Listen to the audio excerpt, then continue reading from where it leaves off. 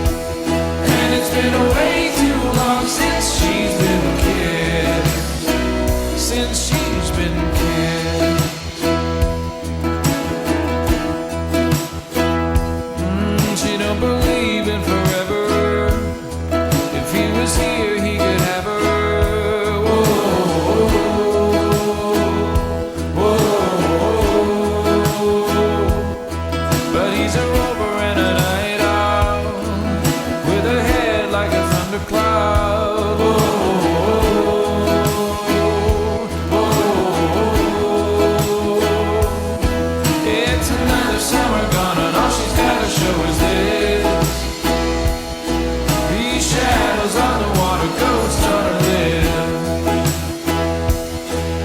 been way too long since she's been kissed.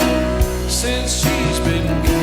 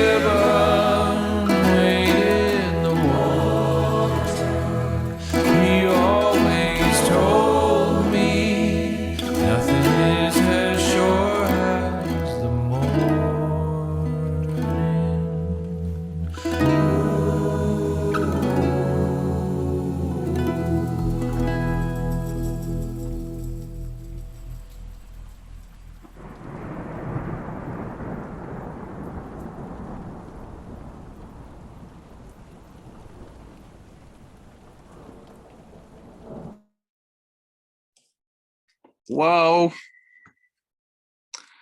Way to go, you kids. Bravo. That is, you did the song proud, you know? You made it, you played it with your heart and you played it with your soul, and it comes through. There's, I don't know. I've never really known what to do with this song. I mean, like I said, way back, it was a shortlisted song for the old silo and never made it on. And now I'm so glad it didn't. You know, like, this is where it belongs. This is where it needed to be.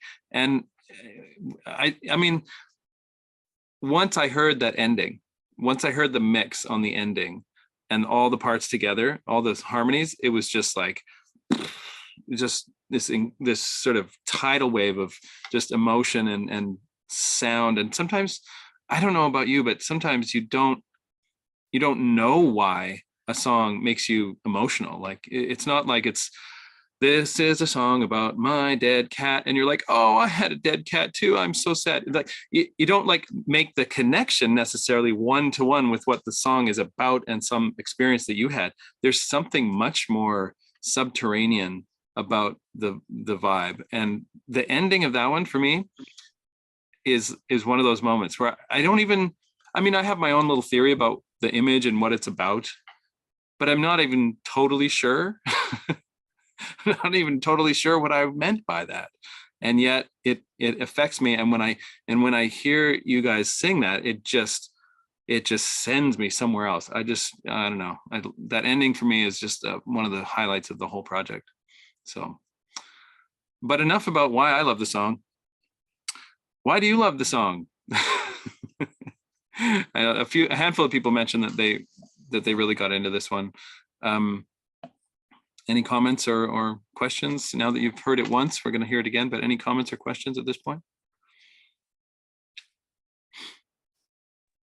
Well, for me, the first thing that hits me is the beat, the steady heartbeat rhythm, which, you know, we had drummed into our minds and our fingers by the time we, you know, put the microphone in. But yeah, the choral part, James, is really, really neat with the wide vocals. I mean, the choral contribution, I think, really stands out in the end. Yeah.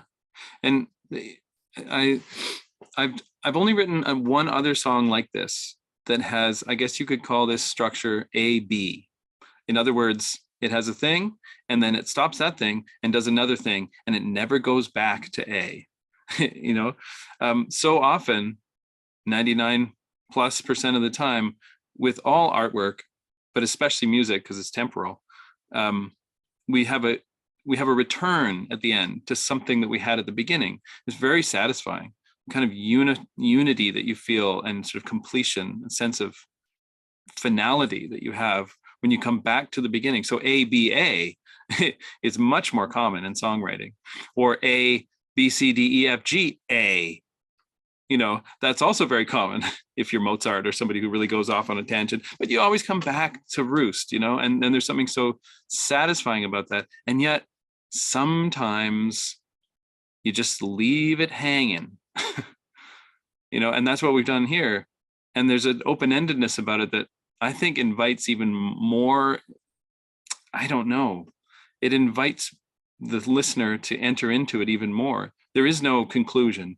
There's no da da da da da da, whoosh, you know, there's nothing like that in this song, and it just leaves you kind of like you got kind of breathless at the end, and that's how I feel every time I hear it. So It's kind of a backwards song in a way, because the hmm, groovy bit comes straight in, and then we right, kind of nearly go into the build up where we've got those lovely like one words being emphasized. So there's a real wave of ooh, like being on a boat, like, yeah, you know, and then so it's, I don't know, I think that works really well. It's kind of, normally there's a build up to the end of to the crescendo, and it kind of mm. went backwards, but it works so well, really well. That's a really nice way to say it. It's kind of a backwards song. I mean, if you think of like so many songs that I heard in the 90s when Chris and I were jamming at his place above the garage, which we used to do quite often. And we'd play, Chris, remember like Smashing Pumpkins, Today? Remember we'd play that song Today? Starts all quiet, or like Smells Like Teen Spirit, starts all quiet and then boom, it comes in on you like that. And that was so fun and, you know, so successful, and people just love that. And yet here we have this backward song, and I'm so glad that, you know, I'm so glad that we're doing this backwards because it somehow works, and I don't know why, but yeah. Matt says that sent chills through me. I had chills. I definitely had chills mixing it. I even had chills listening to it now. So yeah. Paul says in the chat here, it's a lot lighter mixed than I was expecting. The guide track was pretty dense, and I thought all of our parts would get denser, but it's completely opposite. Well, I will take a little bit of credit for that. You're right. It's Elena knows what I'm talking about because she's done some mixing as well. And anybody who's out there who's done mixing, you know that the middle of the road gets very crowded when you're starting to mix 10, 20, 30, in this case, 72 tracks on top of one another. And there are a few tricks to make sure that things don't just turn into a mud bath. So I'm so glad that that's how you feel about it. Because it's a fairly heavy mix, but if it comes off sounding like it's got some lightness to it, then that's good. The alternate tunings, everybody, not everybody, but a lot of people like the alternate tunings, which is great.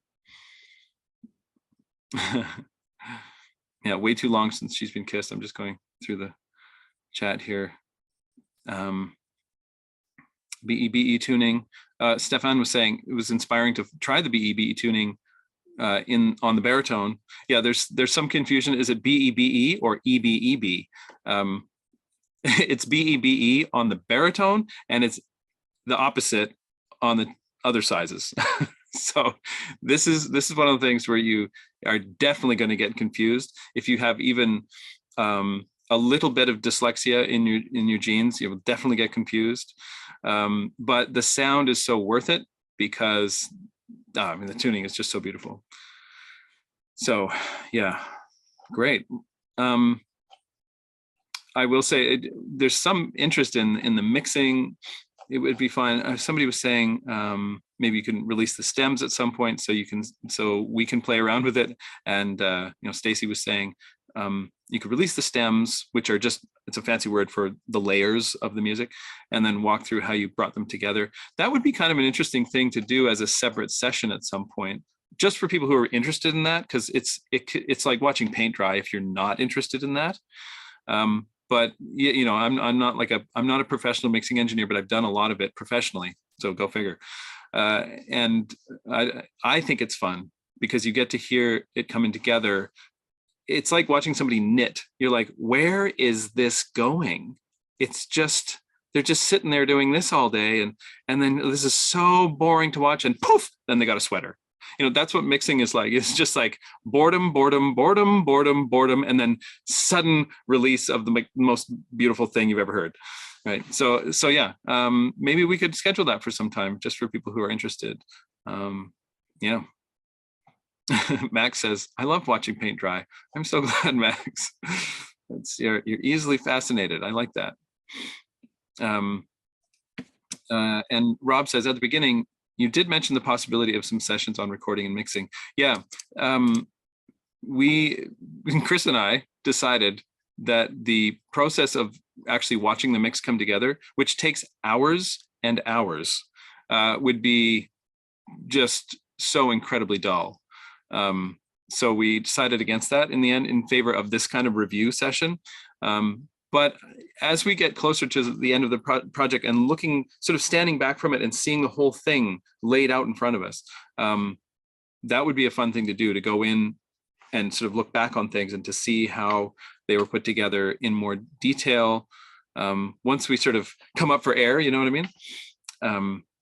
Because there are a few, you know, interesting things. And one thing I'll put out there as we go back for a second listen,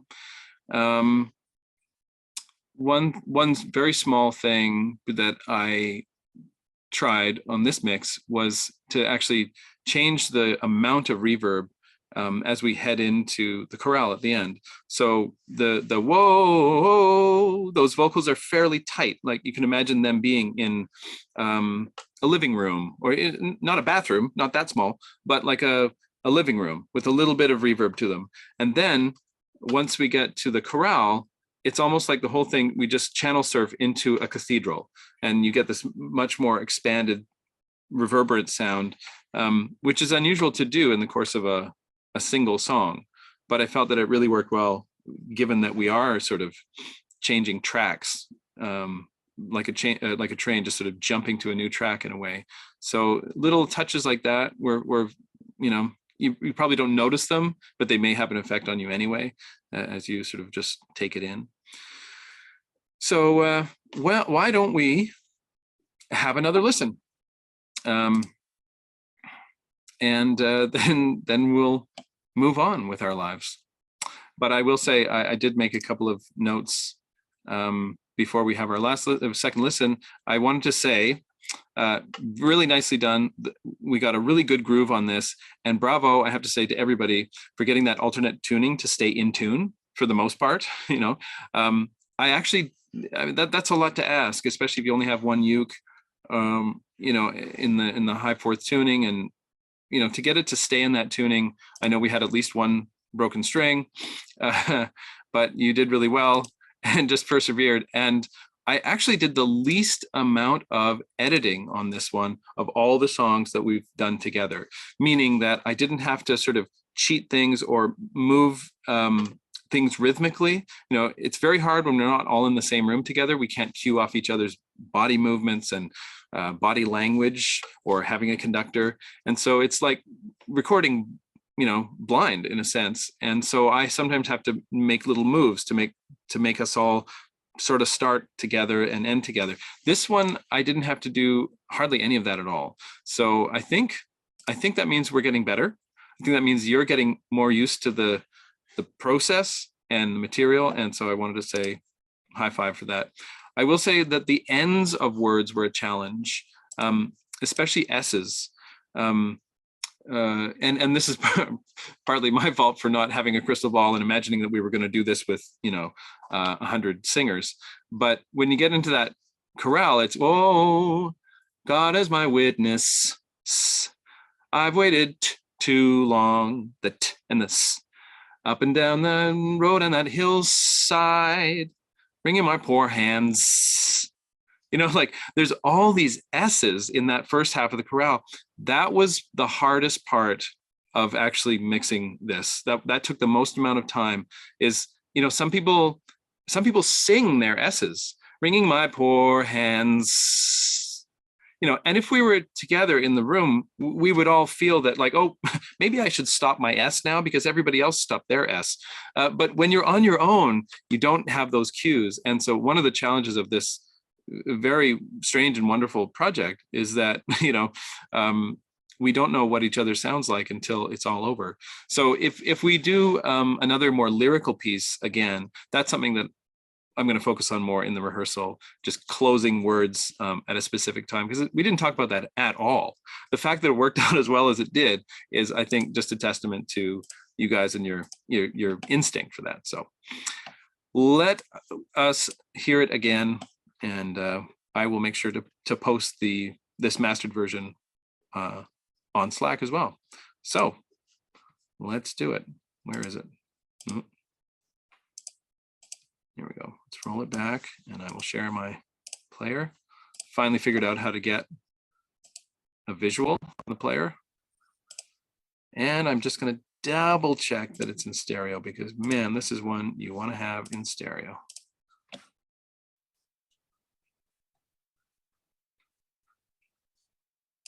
Okay, wrong window. I really have done this before. Here we go. Enjoy.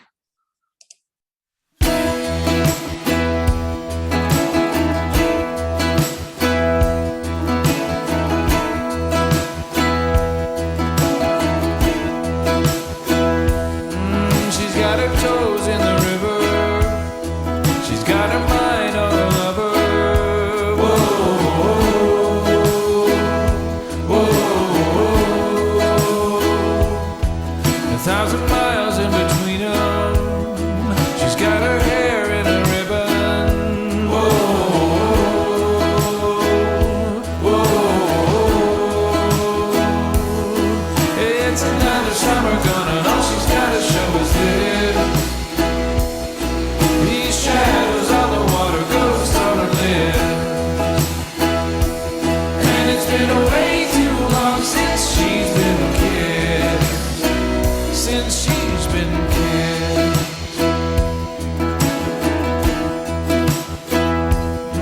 She'd never leaving forever. If he was here, he could have her.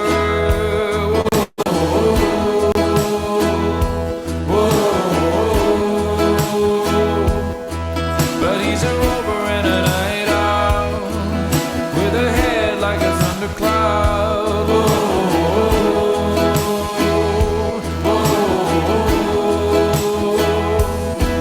It's another summer gone, and all she's got to show is this.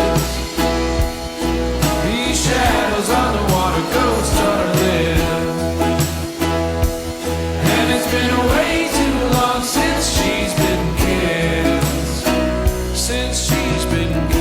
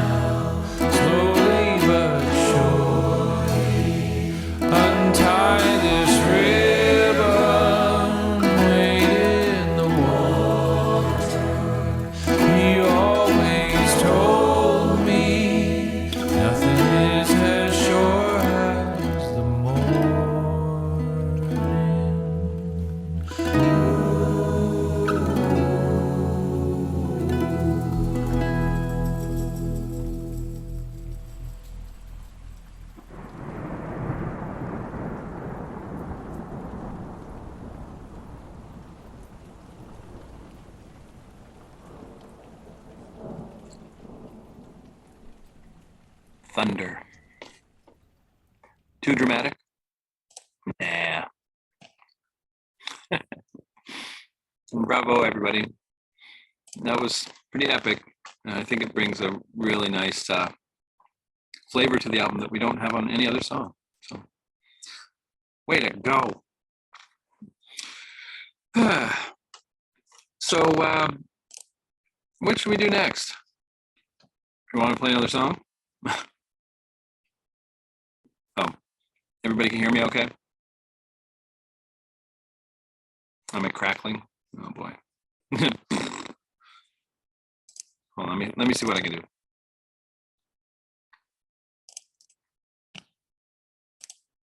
Test, test, test, 1, 2. I see what you mean.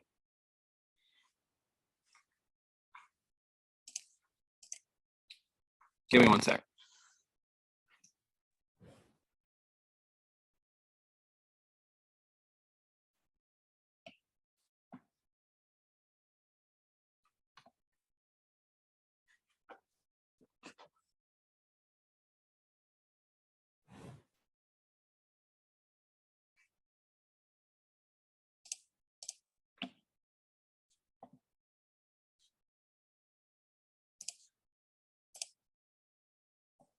Is that any better?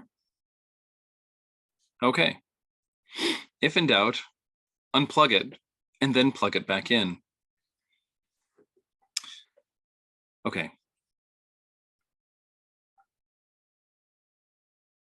Oh yeah, so that last playthrough probably suffered a bit if my microphone is suffering a bit. But you know what? The best thing to do, I mean, is not to listen to this through Zoom anyway. The best thing to do is put your headphones on, and after the session, I will post the link to the SoundCloud recording, and you can really just turn off all the lights and sit there with your headphones on. So great. Susanna, welcome back. And thanks for the comments on the UCAD there, Tim. Not Tim. Yeah, Tim and Brian. Yeah, it's kind of fun to see the evolution of the special editions. And speaking of which, shall we do our special edition draw? Chris and I talked about special editions this week at our meeting, and we know that we have been able to stay on top of a lot of things in this amazing, sprawling, beautiful head mind-bending project, but sending out all the special editions is not one of those things that we've been able to keep up with. But we know we had been thinking of sort of waiting to the end so that we know exactly how many we have, if there's any last minute submissions, that we get all those. But we also know that a lot of people are waiting to get their special editions, the graphics anyway, so that they can make swag out of them, right? So they can make stickers, and so they can make t-shirts out of the special editions. So we're going to split the difference, and what we're going to do is get caught up on sending out the 4K, high resolution graphics to you by email. The NFT side of things, we're going to wait till the end because that is more complex, and we want to make sure we get our math right. But I don't think that people are as concerned about the actual digital collectible, the NFT part, as they are just getting the graphics so you can make stickers and t-shirts. So that part we can do now. We'll get caught up in that. And then at the end, we'll do the NFT, issues, so that everybody has the one, if you even collect them, if you have a digital wallet. That's our story, right? Chris, did I get that right? Yeah, sounds right to me. Okay. So give us a little bit of time, but it'll take us a bit to sort through everybody and every single number and get that all kind of cataloged. But they will be coming. You haven't missed them. They are on their way, and we'll do that as quickly as we can. Yeah. And there's just a few hours spent going cross-eyed in front of 6 spreadsheets to make it happen. But hey, that sounds like a fun night in, doesn't it? Okay, so I am going to the random number generator, and we'll do our draw. We'll just keep rocking. with these draws. So at least we know who gets the super special edition. As you know, everybody gets the special edition. Everybody gets the special edition. Who played on the song. Everybody who played or submitted a file gets the special edition. Can you see my, no, that's not right.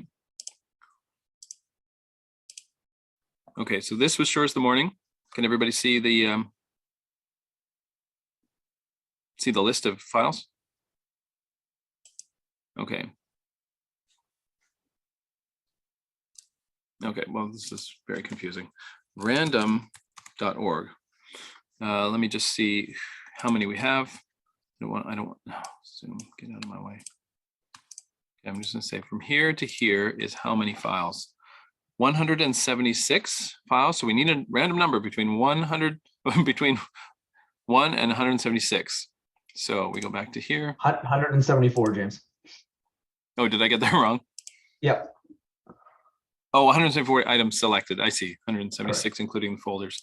Okay, 174. Thank you. Here we go. Drum roll. Click. Doesn't have quite the same ring to it. 26. That might be our lowest number yet. 26. Who's number 26? 1. Oh, I can do it by selecting, right? 1. That's 19, 20, 21, 22, 23, 24, 25. Looks like 26 is right there. 334. I actually know who that is without even looking it up. That, I believe, is Steph Payne from Australia, because I was just talking to her today on Slack. So Steph Payne is our super special edition winner for Sure as the Morning. Steph, way to go. You're lucky in love. And you'll be getting that. We'll get you the image first, and then if you want the NFT later, we'll get that. But everybody's going to get the special edition, and congratulations to everyone on that. What a great job y'all did on that tune. You really did well by the music, which is what I'm always trying to do. People say, do you ever get nervous about performing? And I am, in the early days, I did get nervous about performing because I was afraid that I would make a mistake or, look silly or not do right by all the music lessons that my parents had, invested in. And then as I got older, I stopped getting nervous about that. And I only ever now get nervous about one thing. And that is that I might let the music down. That's the only thing I get nervous about, that I might not do right by the music. So you guys did right by the music in that one, and bravo. Okay, I love this comment from Sue. She says, this entire project encouraged me to be braver and bolder, bold enough to really spread my musical wings. So I love that. Okay, let's go on to our new song. Oh, as if that wasn't fun enough. We've got a whole other tune to get into. Yes. Okay, so let's do it. Here's what we're going to do. We're just going to go right over to Sound Slice and listen to it once. If you've listened to it before this session, this is called Oh Cecilia. And yes, it is very much like that Paul Simon song, not in the way that it sounds. It's not at all like the Paul Simon song in the way that it sounds, but it is very similar in terms of the topic. Saint Cecilia, the patron saint of music, kind of saying to her, like, come on, please just let me have another rhyme and another melody. I'm begging the patron saint of music for just a little bit more. And that's really all the song is about. It's very much a groove-based song. We'll get into some rhythm and groove stuff. There's only like 4 notes, in the whole uke part. It's really about rhythm and articulation. And in the vocals, there's hardly any vocals at all anyway. But these background vocals are just hoots and whoops, and I don't think there's any language at all. So it's very much different from the song that we just recorded, which was more poetic and more image based. This one is, as you'll see on the PDF score when you download it, I've indicated up here where you have the tempo. The sort of expression marking is it just says late in the evening. You get to a point in a concert where you just want to keep grooving away on something. Like you're in a zone and you just want to stay there. You don't necessarily want to have like, another metaphor. You just want to dance. You just want to boogie. You just want to groove. This is not the kind of song that you would start a set with at a uke fest, but it's the kind of song that you would play halfway through the second set when everybody's kind of sweaty and tired and just so happy to be alive and to be there together. This is the kind of song that just sort of keeps the party going. And it's really good to have songs like that. Not every song is going to be a beautiful chorale, and this one is certainly not. So let's listen, and then we'll come back and look at some of the details. Here we go.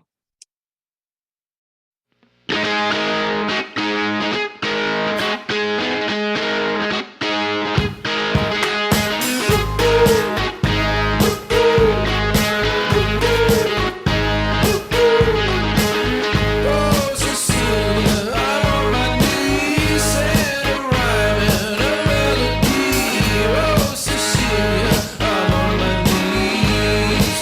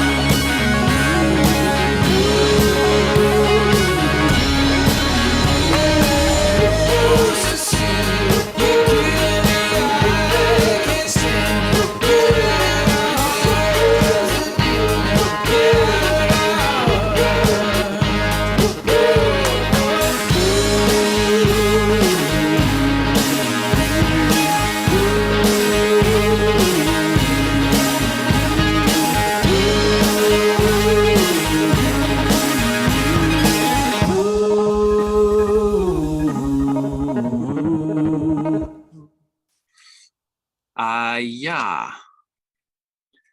So that just happened. There's some songs that when you get to the end, it feels like you just had a really loud cell phone call in public. And you hang up and you're like, oh, that was boisterous. But that's exactly what this one is going for. I often think of this one festival that I played in oh goodness me, in the Czech Republic. It was the Czech Ukulele Festival, and it took place at this great brewery that they took over for the weekend, and the concerts all took place in the brewery, and there was food and drink and merriment and workshops and jams and everything. It was just so much fun. It was out in the country, not right in the city, and we played that night, and it was just Anne and I as a duo, and we were like, I don't know, should we play these like rockin' numbers from the old silo? And I remember we played She's Still Got It, which is like kind of in similar vein to this. It's just like a rocker, just a straight rocker. And it was just the time of night, and just people were just perfectly pickled for that moment, and they just lost their minds. It was so much fun.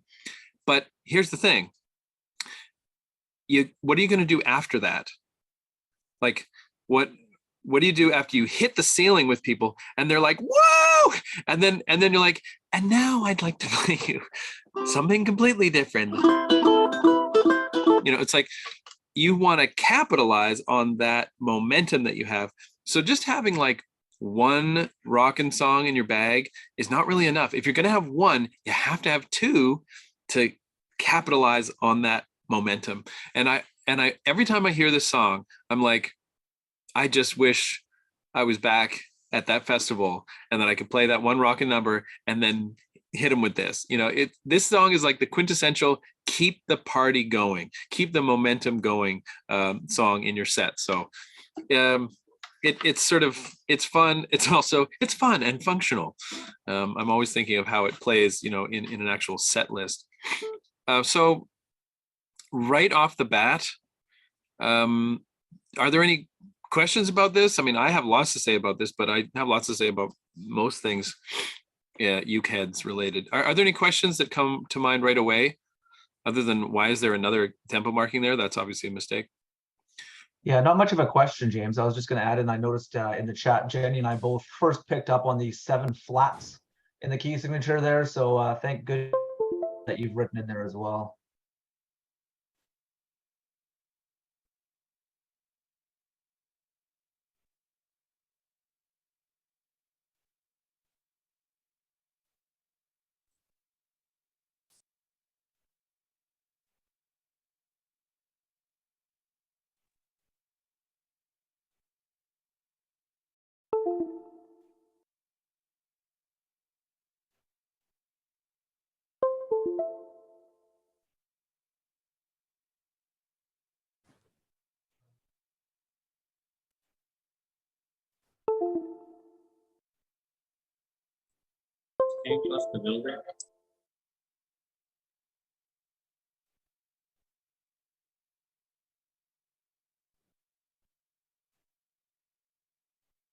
So did everybody lose James or just me?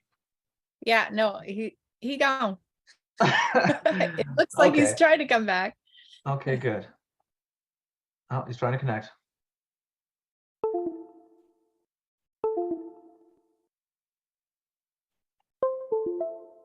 Are you hearing that tone? That like little The ding ding ding. Yeah, I was that's why I thought maybe I had somehow got rid of him, because I was getting this That's dinging new, on my right? end. I was like, I'm really sorry, I- guys. I must have it kicked seems James, to but be I don't think it's me. when we text. Yeah, I think it's when there's somebody adding to the chat. Huh. Strange. Hope they didn't have a Maybe- power maybe- outage or Maybe he has, it sounds like some wireless connection, like a Bluetooth oh, connection. there he is. That's trying to, yeah, Oh, maybe, yeah. that's what mine sounds like anyway. Okay, can you hear me now? Yes, There he now is. we hear you. Okay, my camera just died on me, so this is my other camera that has the messy hair function on it. That's a weird That's really weird. Okay. Where was I? Where were we? You were asking about why there's so many darn flats in the key Yeah. syncer. And that's when my camera exploded. My camera doesn't like flats. No more questions. That's it. We're done here. I'm out of here. Too many questions. My camera just retired from the key of D flat major or whatever it is, or C flat major. I mean, these are the things you realize when you actually write things down that you've made up just, out of thin air. And then you're like, oh, when I write it down, it's super complex. It was not meant to be that complex. I just like the feeling. I'm going to be very careful about moving this thing. I'm gonna stop sharing just for a sec, because I know that when we're recording, I'm very small, like when we do that, and I want to just I'm gonna spotlight myself. Woo! Sorry, the other camera is better, but it also doesn't work. So when the thing with this arrangement, this tune, these riffs are kind of all about bending the string. So when we get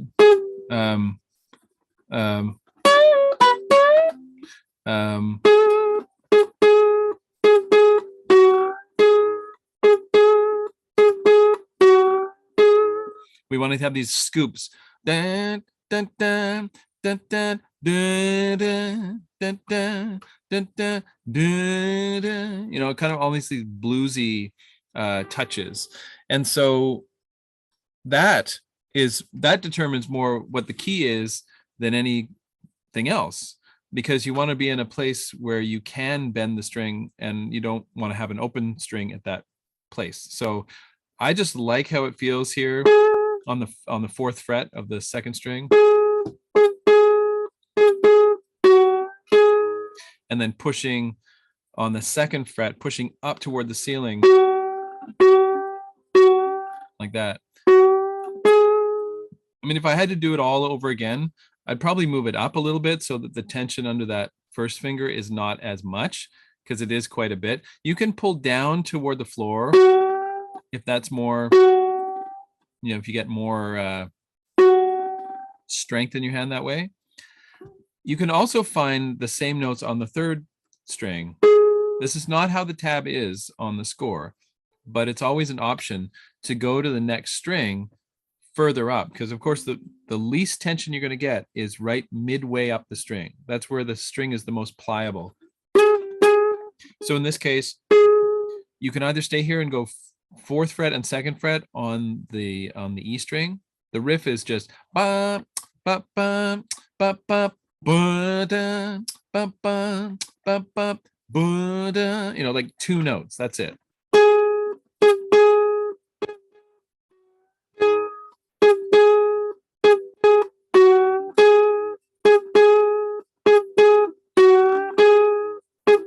I mean, that's going to get you through 3/4 of the song if you're playing the uke part. But if that low position on the string is just too tense, you can also find those same notes on the C string. It has a slightly different tone to it, but better than nothing. And this would be the 8th fret, going to the 6th fret. It might be easier to bend at the 6th fret. Because you're on the 3rd string now, though, I would suggest bending down into your palm like that. Because if you push up toward your nose, you're probably, you might anyway, you might go off the edge. You might go into the gutter. You might not, actually. It depends on your uke. So let's try a bit of this riff together. I'll call up the old score here and see if we can play along with it. Sorry, bong, bada, bong. That's just me plugging my mouse in. And what I'm going to show you as well is, as with all the sound slices, there are options for audio. If you go right down to the, if I move everybody out of my way here. at the bottom of your screen, you'll see full mix. And if you click on that little arrow, you'll hear the no lead mix, which kind of gets all of the lead stuff. That means all the lead vocals, as well as the lead uke, as well as the lead synth part. So there's not that psychedelic synth part. It's very dry and really exposes the background parts that you'll be singing and playing. So let's just, before we, you can play along to this if you want, but let's just have a quick listen to what the no lead setting sounds like. We're not going to go all the way through, but I want you to get a sense of this. You'll hear the lead uke on the intro, and then it will cut out right here, and you'll just hear sort of the skeleton of the track. So here we go.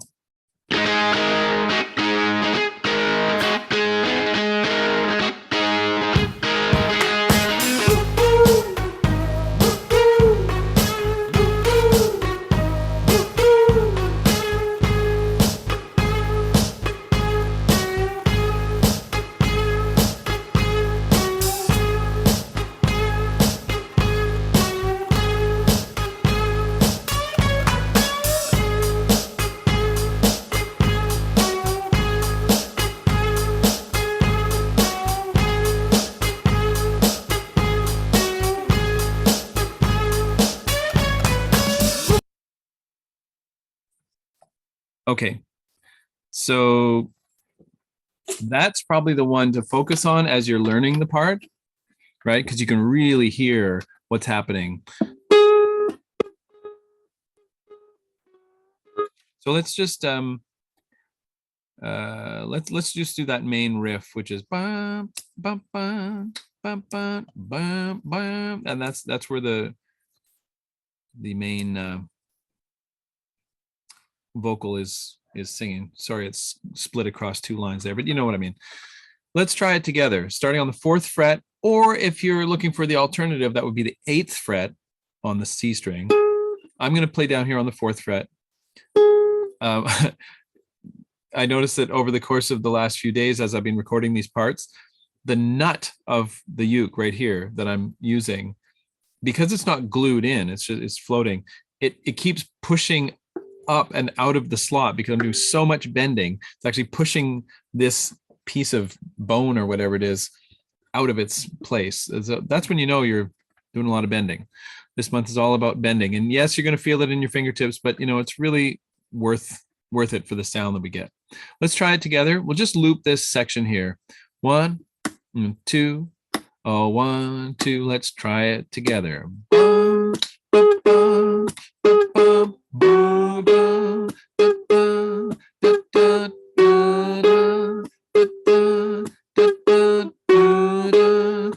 Here's the riff.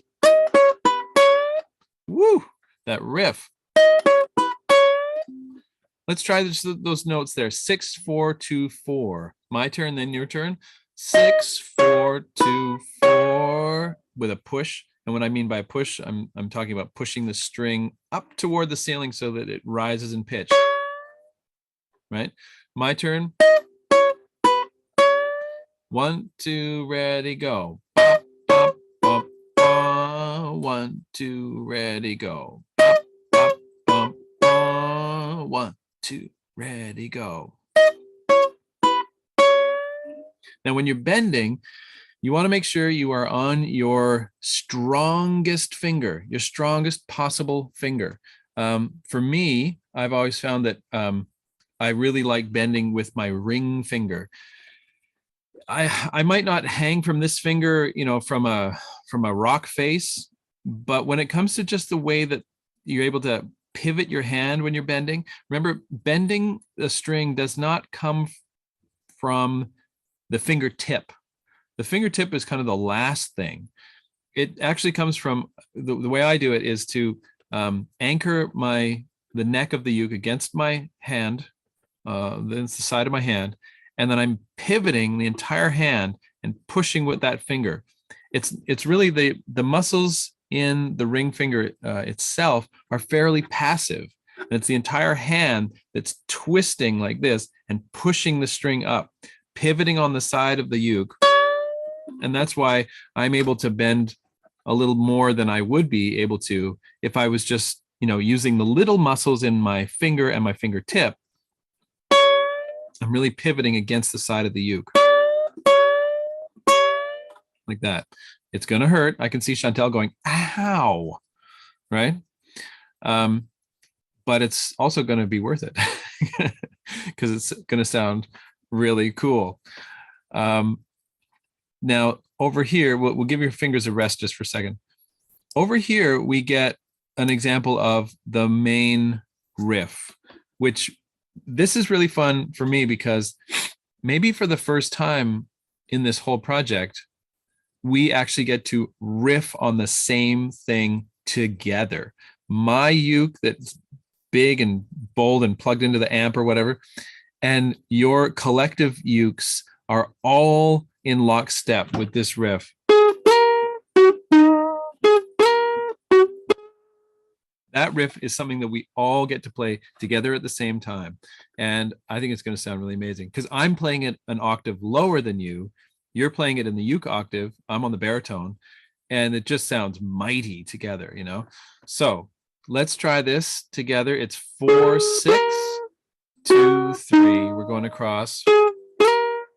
Let's try it together. 1, 2, ready, go. Bum, bum, bum, bum, bum, bum, bum, bum. Again. Bum, bum, bum, bum, bum, bum, bum, bum. Now you could leave out the little slide into the 6th fret just for now, if you like, but try to add that in there over the course of your practice because it really brings it to life. Let's do it without the slide just for a second.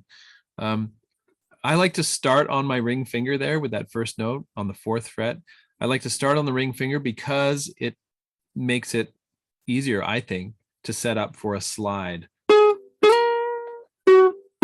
But if you want to start there with the index finger so that the second note of the riff is sort of a little closer to where you are. Just ask a question about that slide. It sounds to me like you're going, like you're not going, you're going, you're kind of plucking twice, if you know what I mean. Are you? Is that what you're doing?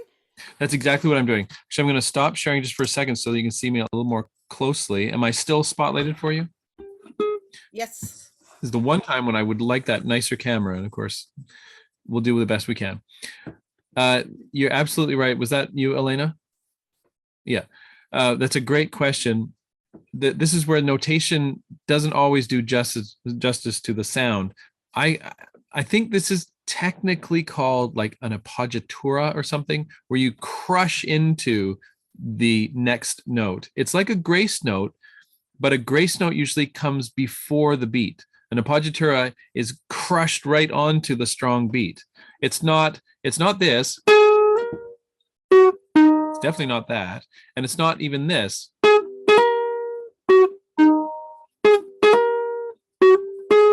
It's not sort of before the beat. It's right on it. It's almost like a ricochet effect. It's quite a fast move of the finger, and you actually pluck the note in the old position and then quickly move up to the new position. And that gives you the sound that we're looking for. You can see that's such a great question because you can see how you can interpret that at least 3 different ways. And at least 2 of them are wrong. So I'm so glad that you asked. And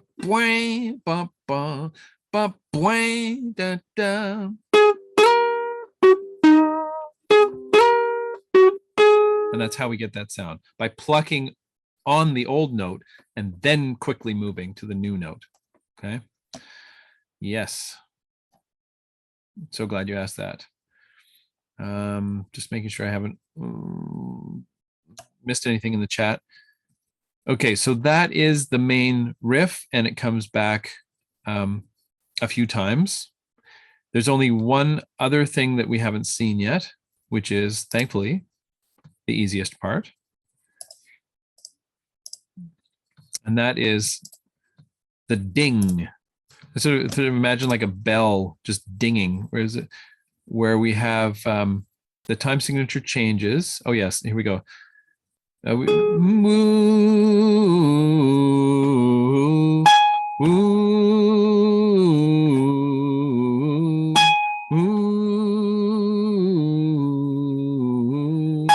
Just almost like ringing a bell on the fourth beat. Right? Do you see where the ooh melody happens, and then there's a little rest where they breathe? Well, right in that rest, you're gonna drop this bell of a note. Ooh, ding, ooh. Okay, so just try it with me. This part is kind of fun. It's like whack-a-mole. When you see that 11th fret appear, just bang, just ding it once. If you miss it, don't go back for it. We don't want to hear ding, ding, ding, ding, ding, ding as you try to, roll back time. If you miss it, you miss it. Just take a good swing at it and try to get it right there on the fourth beat. So 1, 2, here we go. Ooh, ding, ooh, ding, ooh, ooh. That's it. And now you have the 3 riffs. I'm not sure if you can call the dinging bell really a riff, but it's sort of the third little section. The main thing that you'll see coming back to haunt you time and time again is this 4th fret with the 2nd fret bend.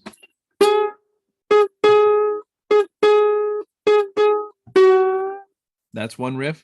And the one that we get to play together, which is the intro, and it also comes back a few times. So you see how few notes there are, and yet the challenge is in the articulation. The little dots below the notes, try to encourage you to make those notes short. Short ba, short ba, short ba, short ba, short long, short long, short long, short long.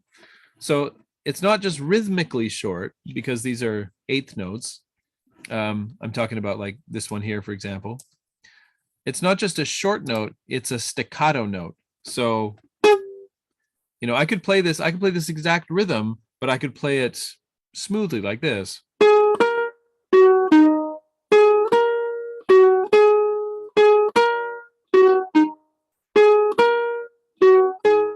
That is rhythmically correct, but the articulation is not correct.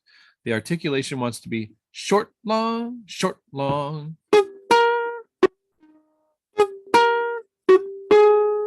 Right? That's going to take a little bit of practice to really try to bring out those short notes. The best way to make a short note is to almost spasmodically release as soon as the note is plucked. So as soon as that note's plucked, it's almost like you've touched an electric fence. And the left hand finger, or the fretting hand finger, immediately relaxes. You touch it, boop, and you relax immediately. And by relaxing the finger but not removing it from the string, it acts as its own damper, just the way that a piano damper would come in and mute the string after it's struck, as opposed to, right? That's quite different to a long articulation. So this is kind of fun because there's not a whole lot of notes in here, but there's a whole lot of groovy subtlety in terms of the way you actually play those very few notes that you have on your plate. The last thing I want to draw your attention to for the ukes is this bit here. Let me see if we can get a little closer to this. Come on. It's just a tiny little thing. Da, da, da. It's at the end of the phrase.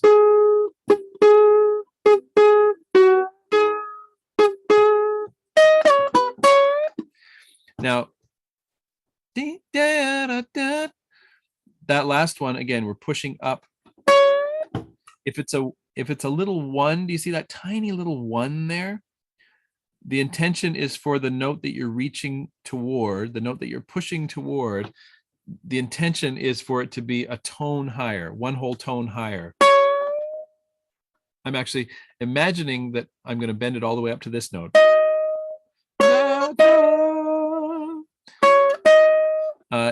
In other cases, it says half. Because when I'm bending the G flat on the second fret, I only have to bend it up 1/2 a tone, which means only to the note of the next fret. And then I can let it go. I don't have to go crazy with that one.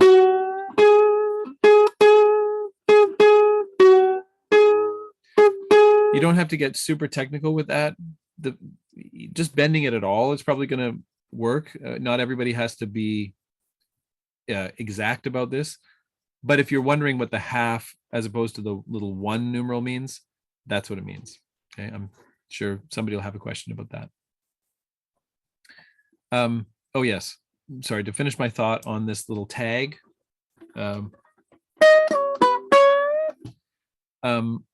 The way I played it on the recording is a little bit different than this, and I'm putting this out there as a challenge for anybody who's interested in exploring bending even further. What I do on the recording, I'm pretty sure. Let me just like listen to it for 1 sec here with the no lead, so we can hear what I'm doing. Let me just check my work here.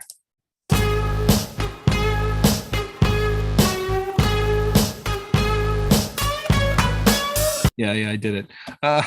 Okay, so this note right here, this E flat, da, da, you can play it the way it's written here, which is the 6th fret, and then go down to the 4th fret. But what I've actually done in the recording, and why you might sit there going, why isn't mine sounding quite like the recording, is because I'm actually on the 4th fret right here, and I've pre-bent the note up to the 6th fret, and then I'm releasing it to get down to the 4th fret. Let me show you what I mean, just in audio terms. Here's the way it's actually written in front of you, and here's the way I played it on the recording. Do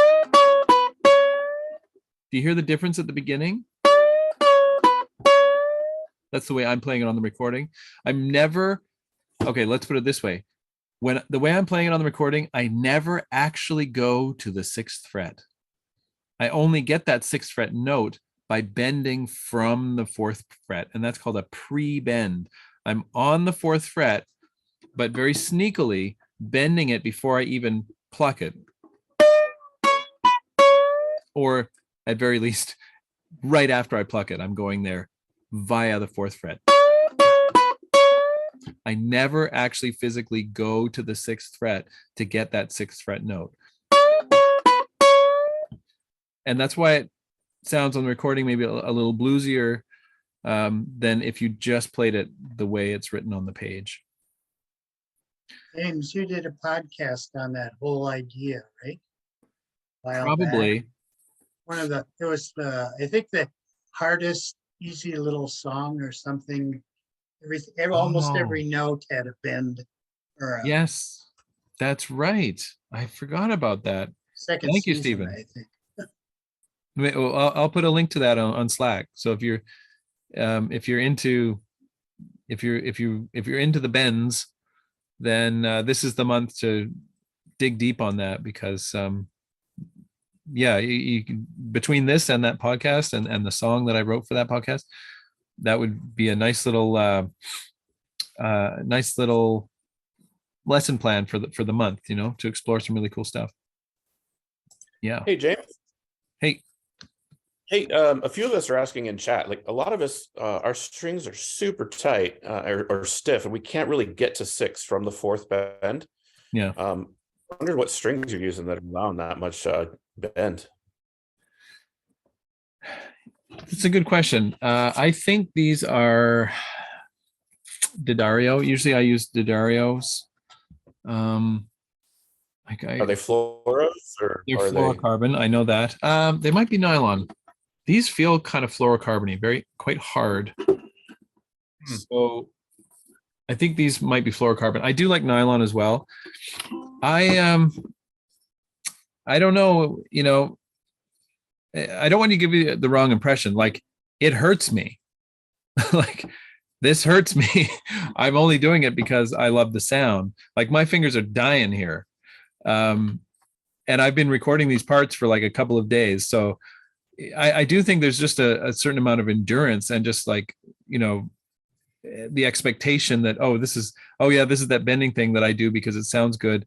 And it's going to hurt a little bit, but it's like when you first start playing and you get those calluses, when you first start bending, you realize that, I didn't know I had muscles there, so there's a bit of a psychological hump to get over. I'm not sure that in the uke world that we have like sets of strings that are designed like in the guitar world where they have like super light strings for players who like super light strings. Help me out here, because I'm not a string buff. That's one thing. I'm not a string aficionado. So if What any, I've heard about is low tension and high tension strings right, differences, and I'm not sure what that means, James, but it seems like it might be a lighter gauge. I got some called low tension. that could be it. Maybe that's the magic word for uke strings is low. Without going to the brand, which is a Hawaiian brand. Right.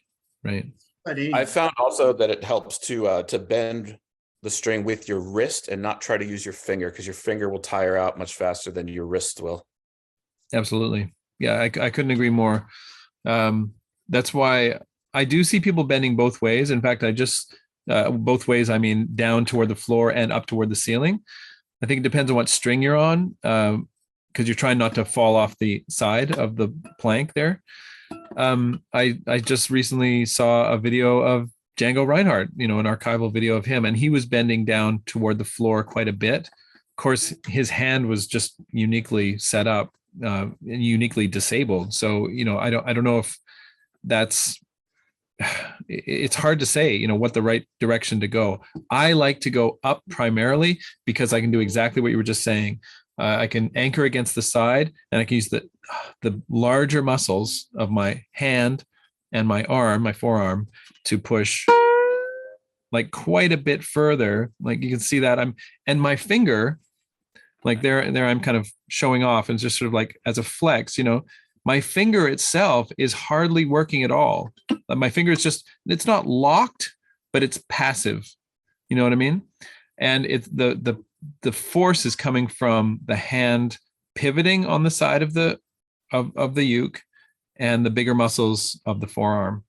So this is what we're exploring. I didn't intend for uke heads to be like a pedagogical adventure, but it is kind of turning into one where each month we seem to have a thing. And the thing for this month is bending. And this is the perfect song to explore it, because it's not like there's just one bend. It's like there's a bend every 2 measures. So it is kind of a form of practice just recording this. So James, when you did the bend the first time, you were in tiny mode, so it really helped to see it now. Now we can really see what your hand is doing. Great. There, but when you had the slack up, it was very hard to see what was going on. Okay, cool. There's also Thomas is saying you can also use 2 fingers, and I find myself doing that instinctively to the point where I didn't think to mention it, but I am kind of supporting there with the trailing fingers. They're also helping out a little bit.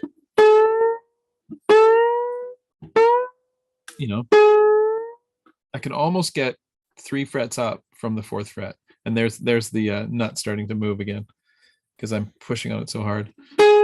And grimacing always helps. It does. You really got to sell it. Yeah. Great. I'm just noticing here that when I've been playing along here, that my thumb is in the middle of the back of the neck, which is giving way more power to the fingers, for me anyway, for bending. And the second thing I want to say is, because I've just restrung my 12-string guitar, and what they say with those is to tune it down a whole tone, put the capo on the second, and it just makes everything much easier to play because the strings aren't as far from the neck. So those of you with tight strings, I don't know, could maybe tune down, put capo on the second, retune it, and it might be a bit easier to play. Right. So you end up playing with the same tuning, but the strings are looser. What an interesting workaround. I've never thought of that. That's cool. Yeah. And to follow up on Paul's comment in the chat, he says, if we decide to bag the bend, is that going to be a problem? Basically, no, it's not a problem. What's going to happen is, basically what I'm saying is, yes, that's okay. If you can't or don't want to do the bend, that's okay. Because what's going to happen, like we've seen so many times when we get these parts that all layer on top of each other, what the bend does for a soloist is different from what the bend does for a group. What the bend does for a soloist is it becomes almost lyrical, almost expressive, the way, like as if you're crying, that's what the bend does for a solo player.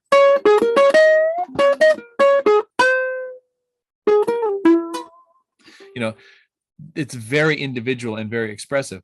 What the bend does for a group is it creates a smudge, a really stylish kind of smudgy dissonant thing that it's just an effect. It's just a gesture. And that's the sum of all of the out of tune bends all kind of beating into one another to create this literal audio smudge. And so if we have some people who are just going,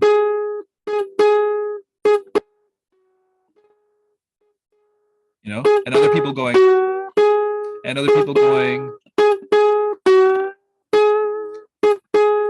different degrees of the bend, it's all going to smudge together, and the effect, the gesture, is what we're going for. So tap into this at the level that you are comfortable and able, and it's really all going to work out great in the end.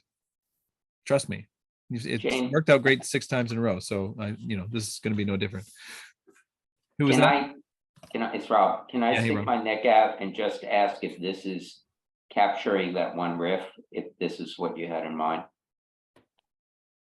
Okay. See, I know I'm going to be nervous.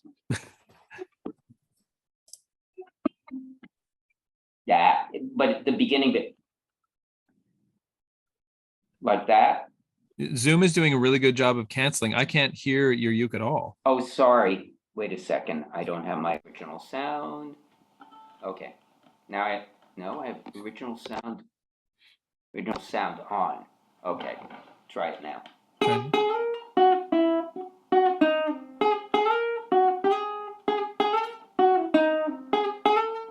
I'm trying to get the part I'm most interested in, just like, yes. Okay. Got it. And you can, I think you can even swing it a little tighter. You see what I'm doing? I'm moving a little quicker. It's a little bit of a more nimble move, as opposed to, see, that's a lazier move. Mine is quite a tight movement. I want to get to the point, and the point is the arrival note, and I don't want to take very long to get there. And it is the pluck on the 2 plucks on the same string. That's what I was also trying to clarify. Absolutely right. Yeah. Great. Perfect. Yeah. Great question. Okay. I didn't spend really any time on the vocals, because the vocals are just like, just pretend you're an owl and just hoot your way through. I'm hoping for high vocals here. You can hear that in the recording.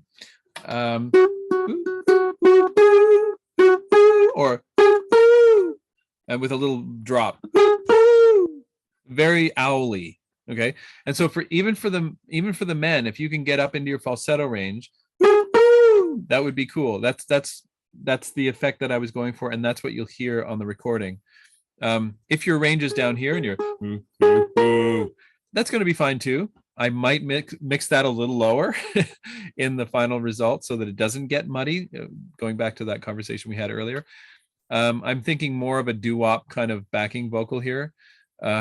So keep that in mind as you sing it. And if you have questions, of course, Slack is the place. Email is not as good as Slack. So, but if you're not on the Slack, you can always ask questions by email as well. I will send, for those of you who haven't gone through this process before, right after this Zoom, I've even got it like loaded up and ready to go this time. I will be posting a summary of everything you need to get started with the song. So that means the sound slice, which is that interactive score we were just using, as well as the score in PDF form for printing, as well as the taping of this session so you can watch again, and a couple other goodies. And we'll just get started on our next adventure together. I think this is going to be a little less brainy this month and a little more groovy, which is fine. Each song has its own place in the set list that we're building here, and this is definitely a party song, a groovy song. But there's stuff to be learned as well, as we're seeing. There's some technical things to learn. No alternate tunings this month, but we are getting into bending in a serious way. And take it easy. Don't if you are experiencing pain, I'm serious now. Do take a break. There's no rush. It's not worth breaking a finger or pulling a muscle for. So if you get if you get to a point of pain, you really do need to take a rest. And there's time to do this, and we're all in it together. So keep up the great work. And before we go, I almost forgot.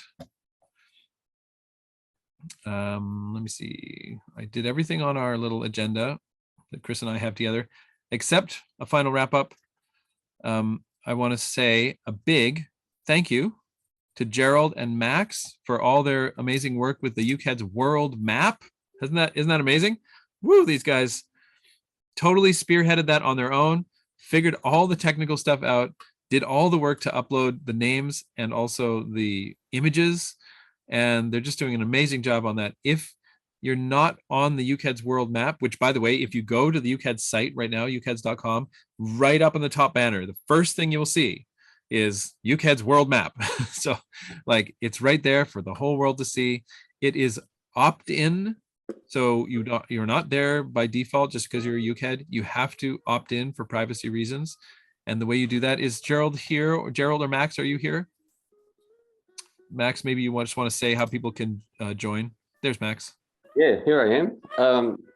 Yeah, all you need, well, if you're on Slack, you can just send me a DM on Slack and I'll add you. I can get your UCAD off the UCAD site, or you can send it to me again. It's pretty straightforward. If you're not on Slack, what's the best way? I mean, I can share my email address here if you like, or you can send it via James, I guess. I don't know. Yeah, if you're not on Slack, why don't you email us, which is info@ucads.com. Yeah. And let us know that you want to be part of it, and we'll make sure it gets to Max or Gerald, and they'll put you on the map, literally. Yeah. For sure. Great. Thank you for that, Max and Gerald. It's really cool to have that. It's something that we talked about doing, we wanted to do, just didn't have the bandwidth, and these guys just picked up the ball and ran with it and made it happen. So way to go. Thank you. Recording is due. Let me see. Our next session, I'm just picking up on questions in the chat. Next session is, this will be in the little thing that I post like in 2 minutes. The next session is the 24th of February, which means the recording deadline for Oh Cecilia is February 17th. And that's pretty much all I have to say about that. Chris, have I missed anything, or is there anything you want to add before we wrap things up? Sorry, did you touch on the naming convention and the exporting of parts dry? Oh yeah, right, good, thank you. I'm just going to say it again. The naming convention for files, it was much better this time, I have to say. I don't think anybody submitted a file that didn't have their UCAD number in the file name. That was a big improvement, because that means that there's so much less renaming of files, and that means less human error in the handling of these files. Just make sure when you submit your file, not just in the message that you post on Slack, but in the actual file name itself, that you have your UCAD number, so that we make sure you get credit for the file that you submit. It would be even better if you used all lowercase letters with hyphens instead of spaces. name of the song dash your number dash what you played. So for this one, it would be O dash Cecilia dash 242 dash uke, or voice if I'm submitting a vocal file. It's not the end of the world if you don't get that convention right, but please make sure that your number is in there somewhere. Otherwise, it's sometimes hard to track down who belongs to a file, and I really don't like to think that you submitted your file and you don't get credit for it in the end. So make sure your number's in there. Maybe you should write to the chat one example. Oh, in the chat? Yes. So here we go. Oh, Cecilia. Oh, it's capitalizing it for me. Oh, thanks, Zoom. Don't want that. Cecilia 242 uke.mp3. This would be top marks right there. James, vocal question. Are Yes. there two vocal parts on this? It looked like there were indeed two notes. Yes, there are. It's the same part, just separated by an octave. Do you want us to do two? Take your no. Well, or take your pick. Take your pick. So okay. I meant to put I have in the PDF version div above that, which means divisi, which means take your pick. Okay. Yeah. Good All question. Right, just wanted to check. Yeah, thank you. That might have got stripped out of the file when I uploaded to SoundSlice.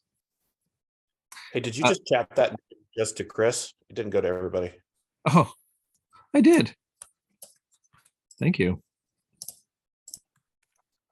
Here goes. Yeah, you were just signaling me out. Is it me that screwed up the naming thing? Just looking in your general direction, there, Chris Parsons, if that is your real name. Just, hint, hint. Okay, so there's the top marks file name if you want to get brownie points for this one. Just the main thing is your numbers in there. And the last thing Chris reminded me of is exporting with effects or no effects. We've talked about this before, but please export and send your files with no reverb and no effects, just absolutely plain the way it is. This is going to be especially hard for this one because it's very tempting. You're going to want to add a little bluesy distortion. I know you're going to want to do it, but just trust me to handle that at the end when I have all the parts together, because I'm either going to end up gilding the lily by putting reverb on top of your reverb, which is not great, or I'm going to have to turn you down because your distortion maybe doesn't match with the other effects that I'm adding. So just give it to me plain and simple, and I'll take care of the effects in the mixing process. Okay, guys. Stephen, looks like you have one last question. One last question. Is there a baritone component possible or not on this? It's pretty much one string, a lot of it, right? I think, I didn't write it out that way, but I think you could definitely find the same notes, one octave lower, and it would be pretty killer. So I'm going to leave that with you, but if you want to play it an octave lower on the baritone, I say go for it. And in fact, that's what I'm playing it on my part in the mix is on a baritone. So you'll be right lockstep with me too. So I say go for it. Try it out. Okay, guys. Thanks for another good session. Lots to enjoy in the coming weeks.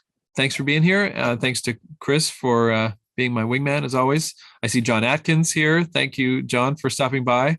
Always good to see the uke teacher. If you don't know John, look him up on YouTube. You could be his, what are you up to now? 2 million subscribers? A little less than that. Okay, but not by much. So thanks, John, for stopping by. I really appreciate it. And everybody, thank you for a wonderful session on a wonderful month with, what's it called? Sure as the Morning. That was really special for me. You really did a great job on that. And I'm really stoked to see what we can do with this next one. Thanks, everybody. I'll see you soon. Bye for now.